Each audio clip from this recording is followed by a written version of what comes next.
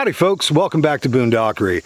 Today, me and brother John are out at my semi-permanent camp doing some camp improvements. Not only are we going to be doing some nice improvements to make our camp a little bit more homey, but John just recently got a LiteFighter 1 tent. Very similar to mine, but his is brand new, straight from LiteFighter. Mine was a surplus tent. He has aluminum poles with his, whereas I have some type of a carbon fiber / plasticky thing.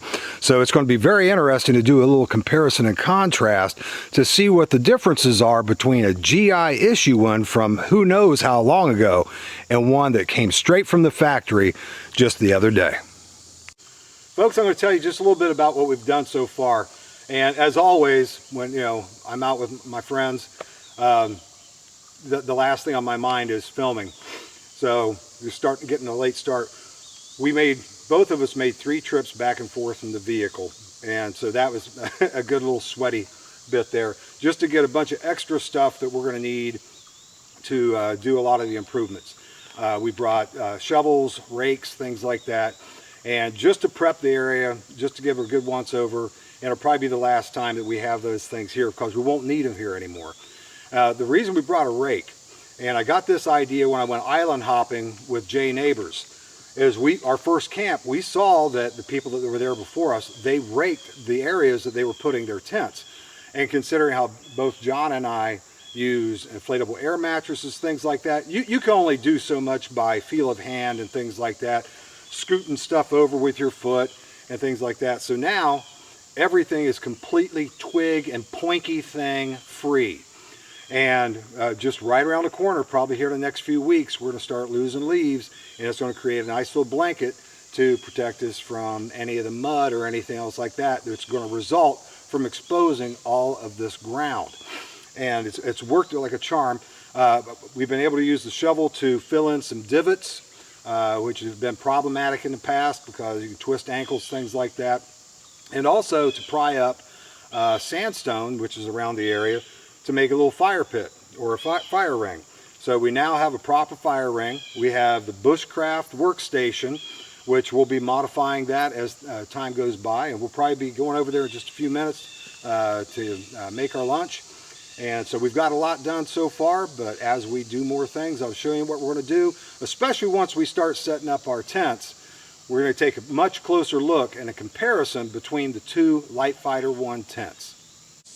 Well folks, like I said, we're going to do a little comparison of John's new LiteFighter versus my older surplus one. And even though this was never issued, it was made quite a while ago, and it was designed specifically for issue to our United States Army. And it has I don't know, it's probably got a few years on it, but I'm going to go ahead and go through real quick every aspect of this set, and John's going to go over what he received in his.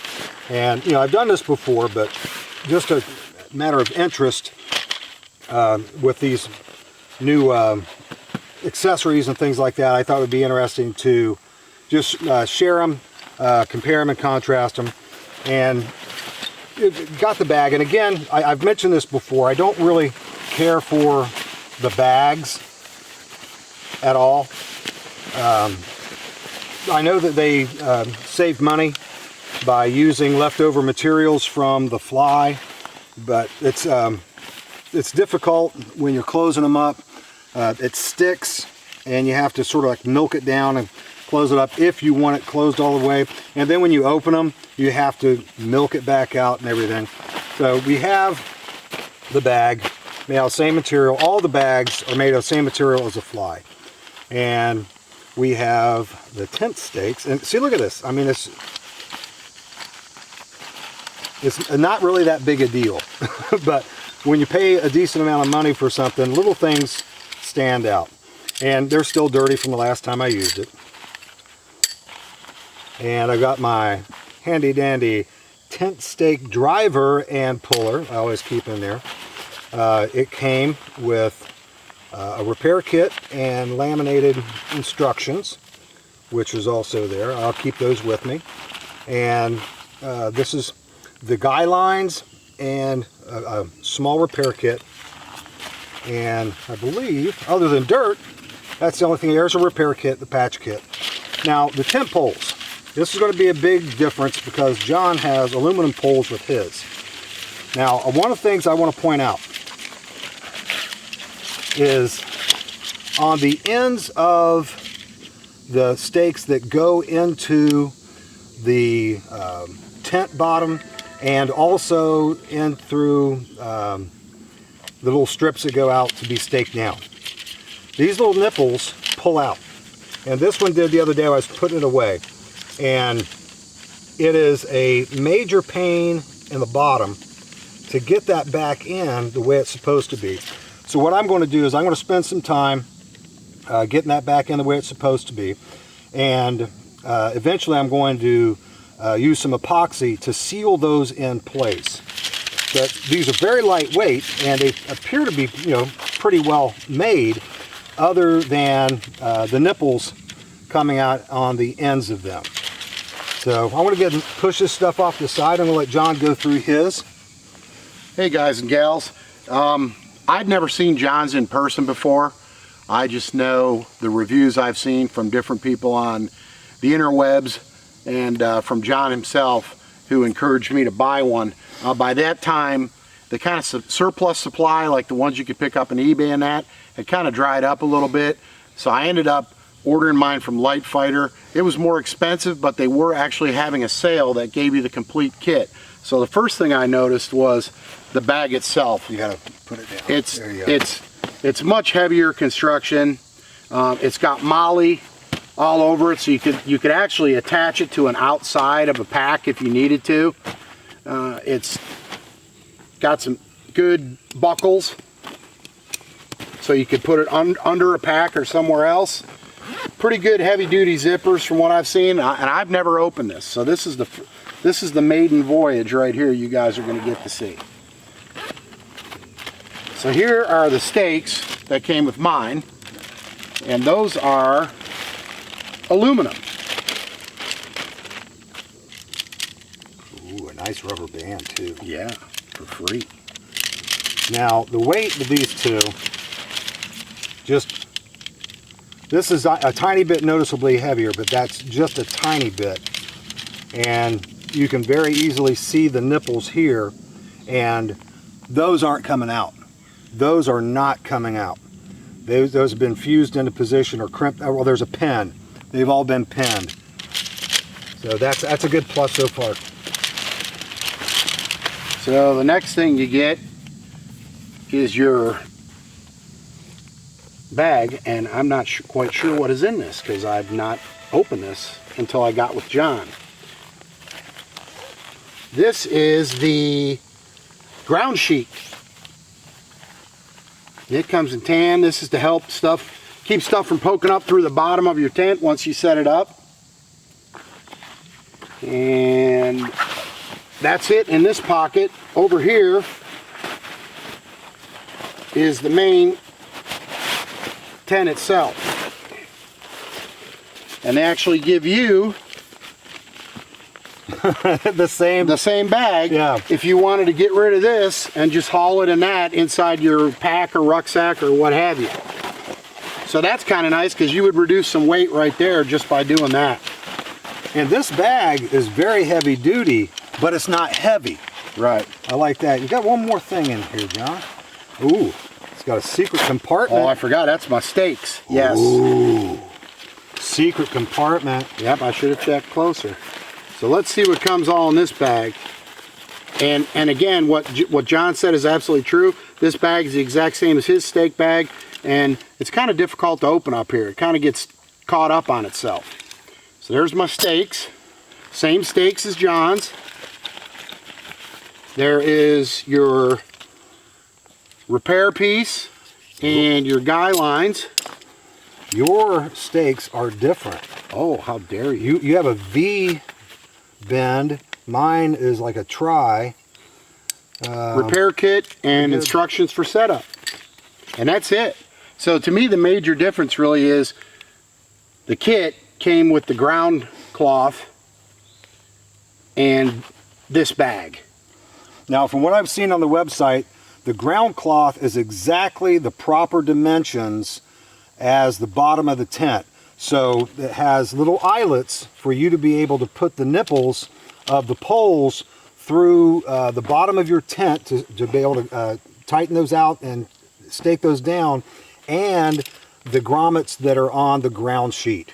So my ground sheet, you know, is just a heavy-duty space blanket, and I have to adjust that to my environment, whatever's going around it. There you go, guys and gals. So this is fantastic, and there's a potential for the thing to slide out, things like that, but this is going to hold it in position. And also, by looking at the website, you can set the fly up on the ground sheet without the bug net. If that's something you want to do, like if it's cool, you just want to have a little protection from the weather and the wind, and didn't have the need to put the bug net up, you can just go ahead and use the ground sheet and the tent fly. I'm pretty excited to set this up. I like to keep a low footprint in the woods, so does John. So to have something like this that kind of blends is a lot nice. I'm not really a big fan of all the bright hiking gear they have out there. I like to have stuff more subdued. I just think it kind of adds to the being out in nature. You're not looking at like some banana yellow tent or something. That's just me. I can't wait to try this out, truly. Yeah. Well, folks, this is really cool. I love comparing these things and looking at the improvements that have been made throughout the years on these. And you can purchase, if you already have a LiteFighter tent, you can purchase all of these extra items either individually or as a kit. And if by any chance you happen to order the complete kit with the tent, I figured it up, and you wind up from the factory, you save about $150, which is an exceptional savings. And especially with the quality that they've improved on all the way around, and they still give you all the old stuff too. I think it's a pretty good deal. Well, we're going to go ahead and start setting up our tents, and we'll bring you back once we get them up. Now, as I mentioned, John's tent stakes were different than mine, and these are just a very simple but very effective V-shaped piece of angle aluminum. And I do not know exactly what material mine are. However, these almost appear to be machined. These look very heavy duty, and you know, so far I don't think I've even come close to bending these, not even just a little. These, I think you might have the potential of them being bent, but if you use one of those little stake pushers and pullers like I make, that I think that would alleviate a lot of that potential for these tent stakes. So there's that difference. And while we were putting up our screens, I noticed something else. I'll show you that. This is my tent, and this is the screen that goes on the interior underneath the fly. This is the poles. I have a folded over piece of webbing that has a grommet in there. That's it, just a grommet. And it just goes right in here like this. And you can grab the top, which is perfectly fine to grab that while you're, you know, manhandling it into position to get that nipple through.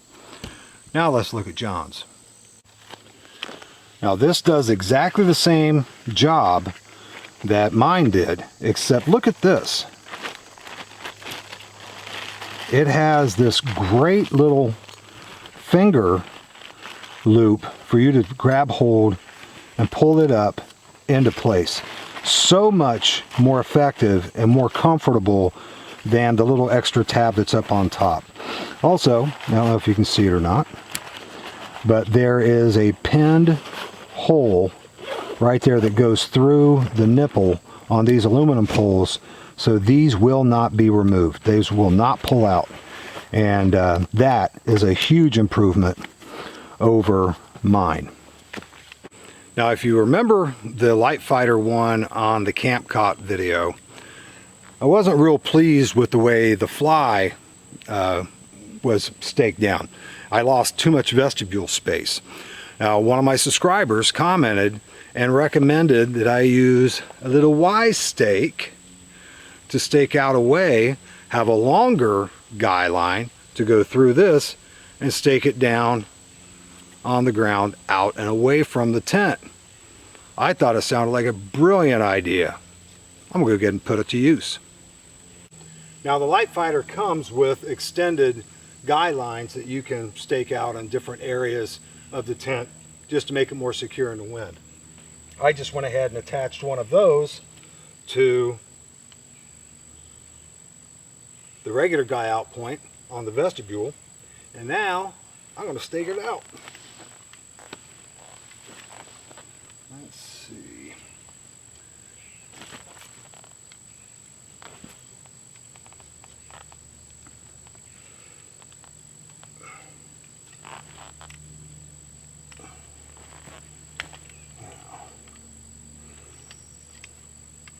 I'm going to drive my stake first. Got a tensioning knot on here. See how far I got to pull that in before it's going to be taut. Probably almost all the way back to the tent.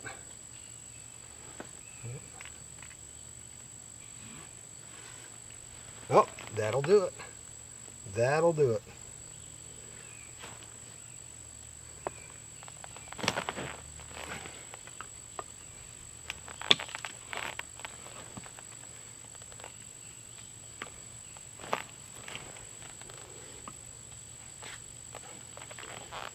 Now, that has just given me another 1.5 feet worth of vestibule space easily. Well, folks, those Y sticks, they worked like a charm. I have more than doubled the amount of vestibule space I have, or I had from the other day when I first set it up, and you know, this was literally going straight down here. So with this thing completely closed, if I need to, I can sit right here and I can make myself a cup of coffee with my alcohol burner, my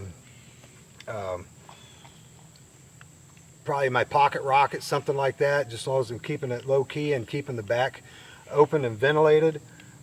Be good to go. Definitely would never even consider using solid fuel tabs. That would be like turning this thing into a gas chamber. But this works fantastic, and you've probably already seen it, but I'll definitely put my subscriber's name down below to make sure I get it right, and give him creds for it, because it works like a charm. Well, one thing I discovered with this fly that I had not yet seen yet, just because it stays obscured, is that I can actually roll this up, and there is a loop right out here and a toggle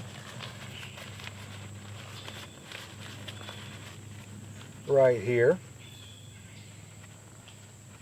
and should I so desire, I could continue rolling this up all the way back, because there's another toggle here and another loop on the exterior just right over there. So I can completely open this up and let tons of air through. And I can't believe I haven't discovered it before now. But that is going to be an absolute blessing in the warmer months.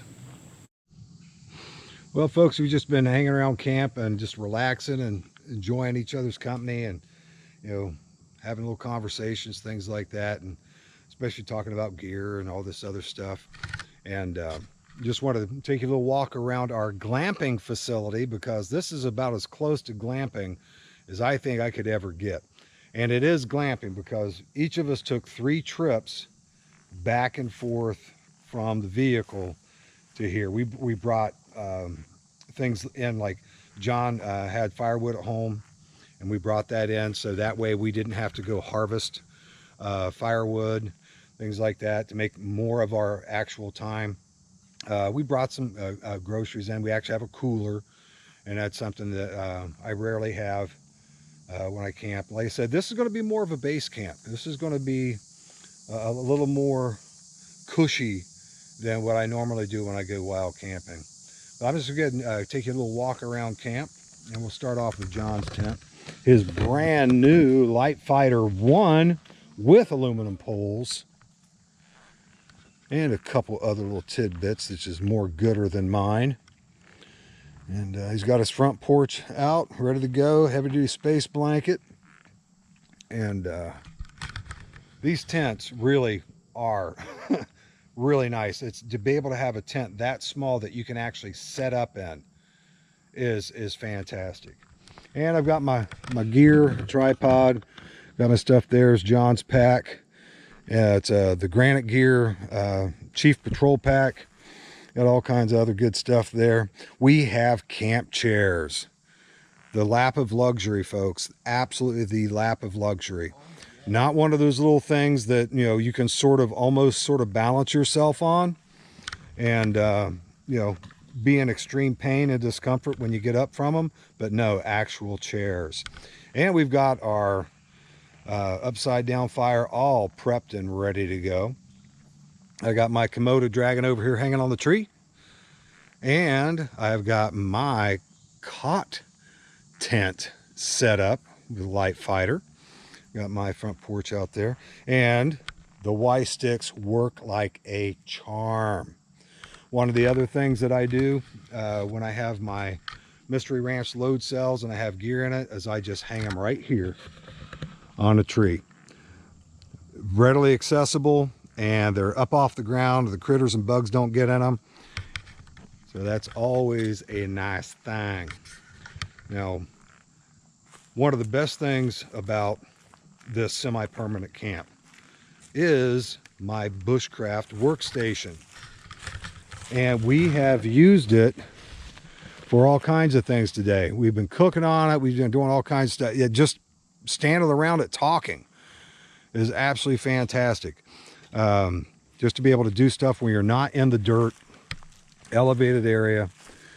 And it's just really is going to be a really nice addition to the camp. I'm going to get a few more cache boxes together, larger ones, since I don't have to travel a great distance from where I normally park. I can bring in larger cache boxes, and I want to get things like oil lamps, things like that, that I can put out here, that we can have some okay light without it being ridiculously bright, like the LED lanterns and like the Coleman camp lanterns. Now, you can put those in a lighthouse and, you know, ward off ships from crashing on the rocks. They're so bright. But what we're going to do, we're just going to chill out, and we have some bratwurst that we're going to cook over the fire. And when I was island hopping with Brother Jay, he introduced me to using wraps with hot dogs, and it was fantastic. It's so much easier to pack. It's every bit as delicious as having them on buns, and it's just easier. So we got some brats, we got some easy cheese, we got some decent tortilla wraps, and we're just going to have that for our supper tonight. Don't forget the mustard. Oh, we have mustard too. Good German spicy hot mustard with horseradish. So we got the good stuff. Got the good stuff. Only the finest for my glamping experience. Well, folks, we're going to go ahead and chill out. And there's a couple things I want to talk about a little bit later. If we can do it before sundown tonight, we still have some light. I'll do that. If not, I'll do it tomorrow morning. A couple things I want to talk to you about. And other than that, I'm going to enjoy my woods time and relax in my glamping mecca. Howdy, folks. We are glamping it up and loving every second of it. One of the things that John and I did together last year, and turned out to be an absolutely outstanding time, was the Central Ohio Bushcraft Gathering. And I'm going to go ahead and put up the dates and everything under this, and you know, I'll put links in the description on where you can get information about it, and also order tickets or anything else. But last year was the first time I heard about it, and I went to it, and John had some other things going on, didn't really think he could do it, and so I went out Thursday night, set up camp, checked it out, and John eventually called and said that he would be able to be there Saturday morning, so he was able to make it. And I went there with no expectations whatsoever. I specifically did not want to film anything while I was there or anything else, because when you go to someone's event, you're going in their place. Yep. And I just wanted to get a feel for this place, to see what it was like, what the people were like, and everything else. And I was elated. I couldn't believe, first of all, the facility is absolutely gorgeous. Woodland, every place to camp. And the people that are putting the show on are great people, and they have bushcraft hearts, and they truly exude that through the event. They have all kinds of special challenges that you can participate in and spectate.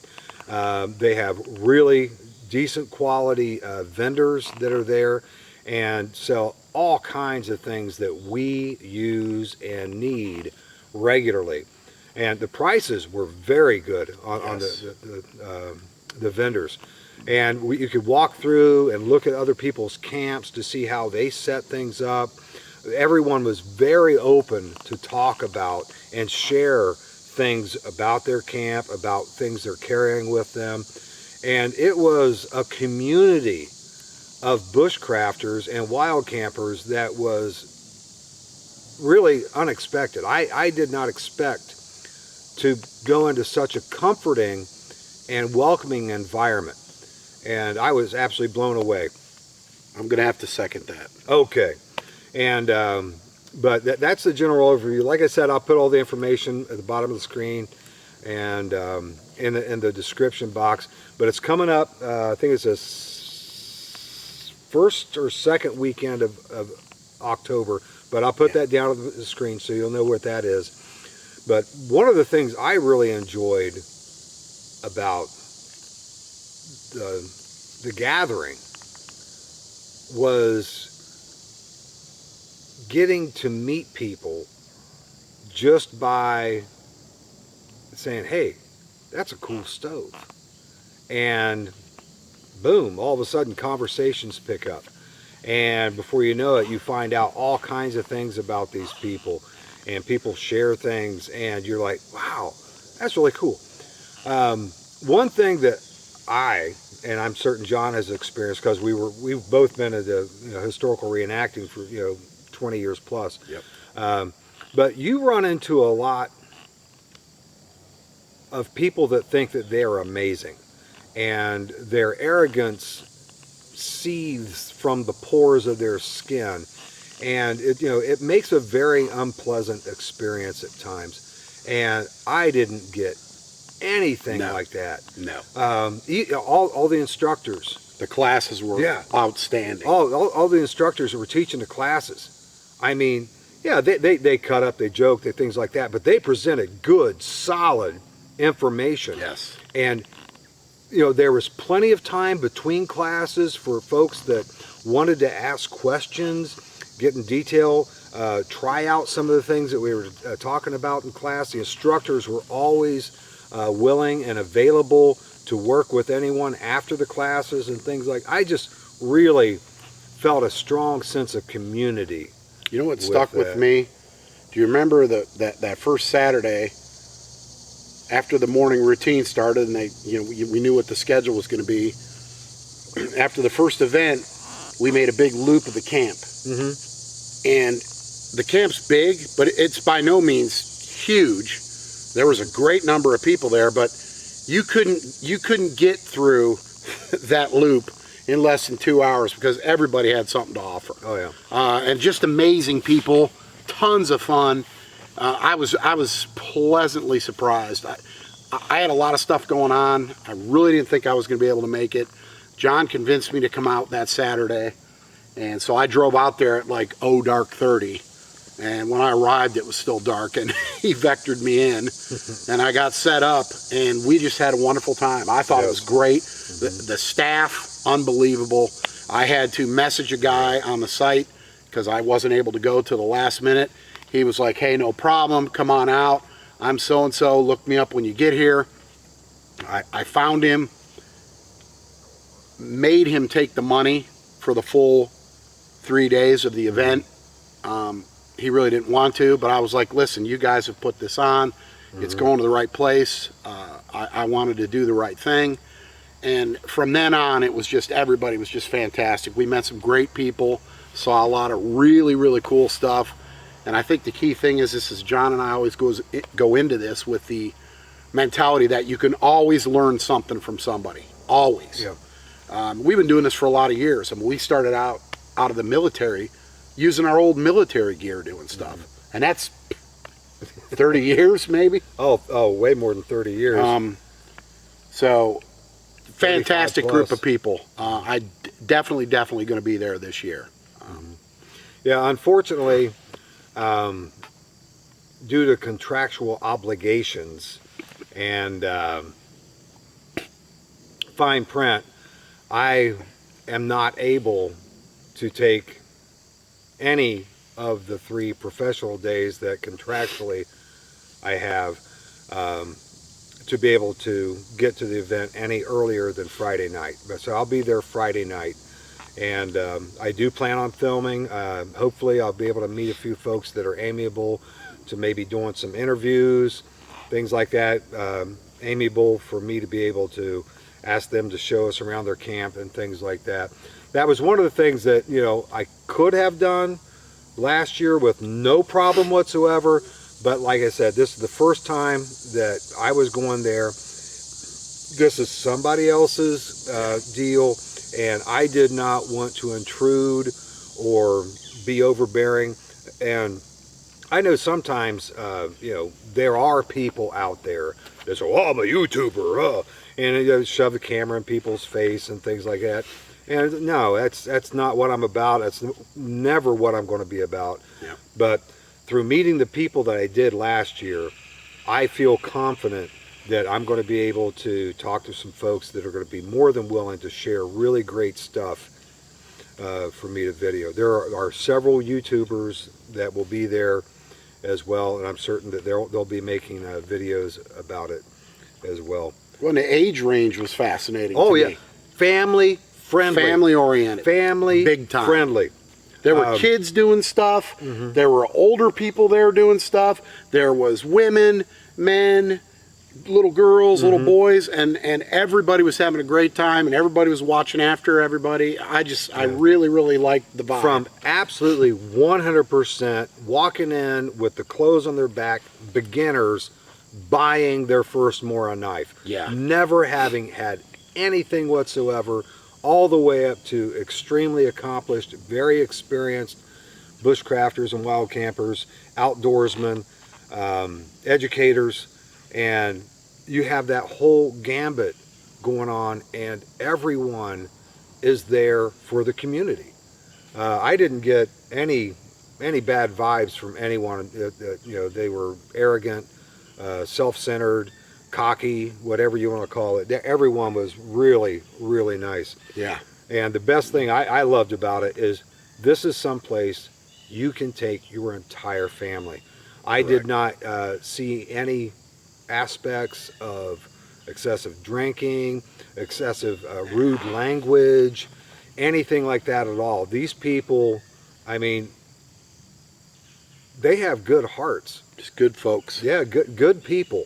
And so I wouldn't have any problem whatsoever taking my grandson there and, you know, walking through every single camp. I just don't think it's going to be an issue whatsoever. So that was another absolutely fantastic aspect of it. And some of the stuff people were cooking, I was scared to walk through their camp because I thought I was going to steal food from them. Oh my gosh. Unbelievable. There's a cooking contest. Oh. Well, there was last year. I'm certain there will be this year. Cooking contest. Wow. Unbelievable. Yeah, walking through the camp, seeing what they're cooking and things like that. So I'm not going to participate in that this year but if they do it next year, I think I've got a recipe that might do okay. Oh, there's something else I want to say. Oh, the location is Zanesfield, Ohio. Not Zanesville, Zanesfield. Yeah. And it's west of Marysville, Ohio. And right off the interstate. And I'll put all this stuff up in the description box and things like that. But, you know, you're sitting there hearing about this as opposed to reading stuff. It's about halfway up the state of Ohio, between Columbus and the Ohio-Indiana state line. And like I said, it's an absolutely beautiful, fantastic facility. I'll put up all the information.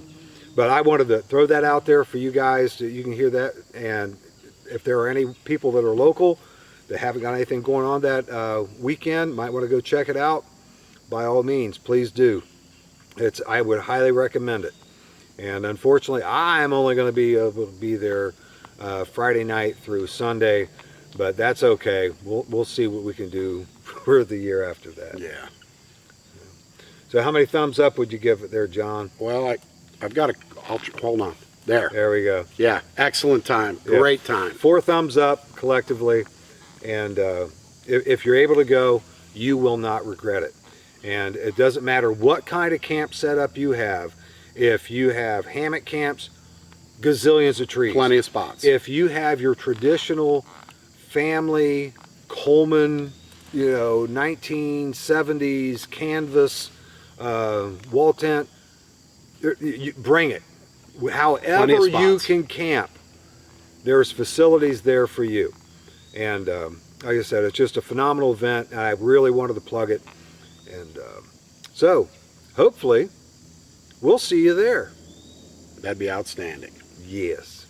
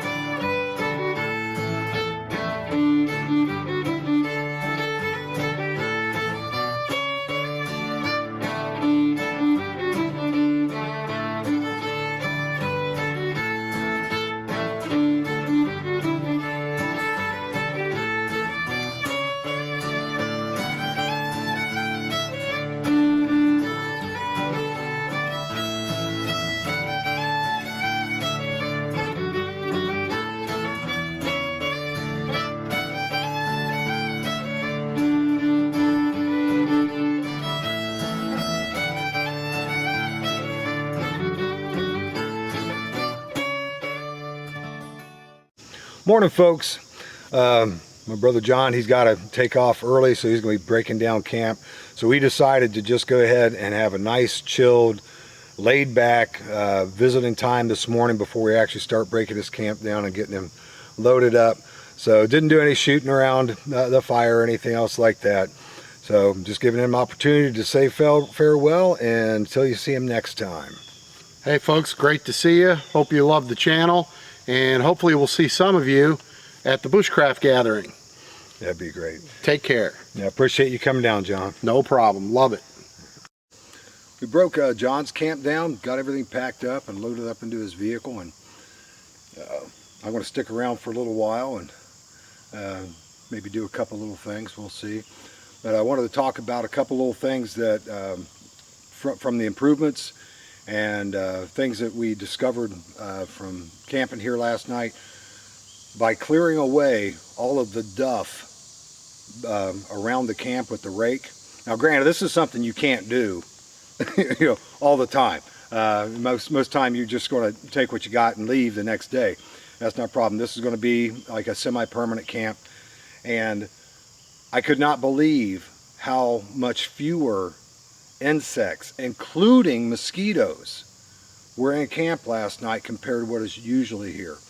Now, I've not mentioned it that much before, but the past 2 times I've camped out here, I had a horrible infestation of chiggers from literally about my knees down, and it was miserable. I've took a couple of preventative measures, one of which is when I put my socks and my boots on, I pull my pant legs up high enough to where I expose the entire boot and sock, and I completely saturated with insect repellent. Rolled my pant legs down, completely saturated those with insect repellent.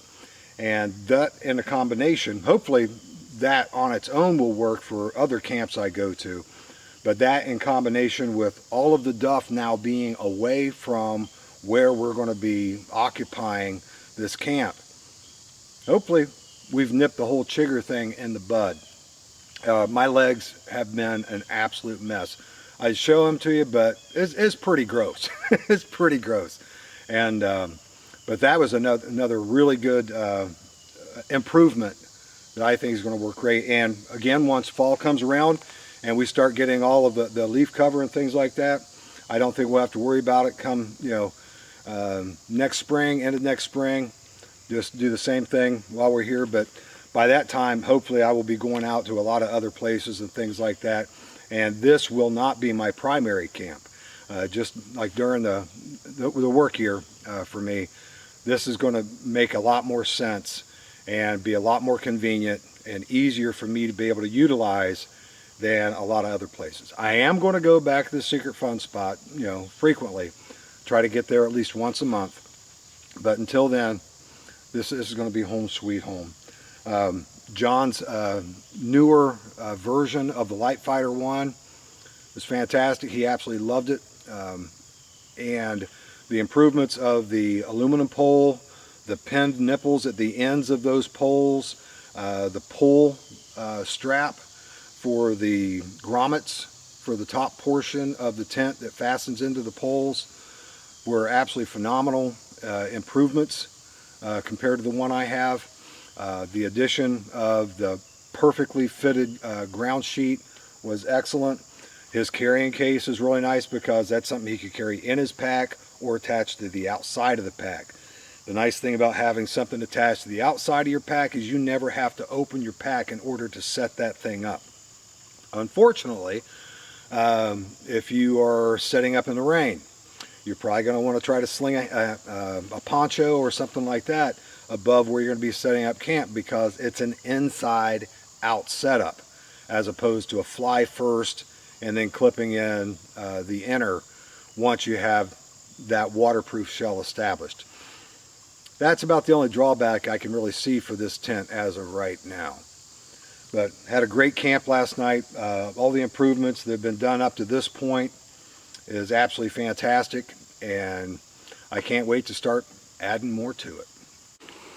I've just finished doing a little more raking around some more potential camp spots. Filled in a few more divots with some dirt. I moved a few more rocks, and I feel really, really good with everything that John and I got finished this weekend. And had a chance to improve the camp a little bit, had some fellowship, and shared some brotherhood around the fire, and enjoyed God's creation here, which is absolutely gorgeous. And I feel pretty good. I feel recharged for this next week. I'm going to go ahead and sign off for now, get things packed up, and head on back home. Thank you so much for joining me, folks. I'll see you next time.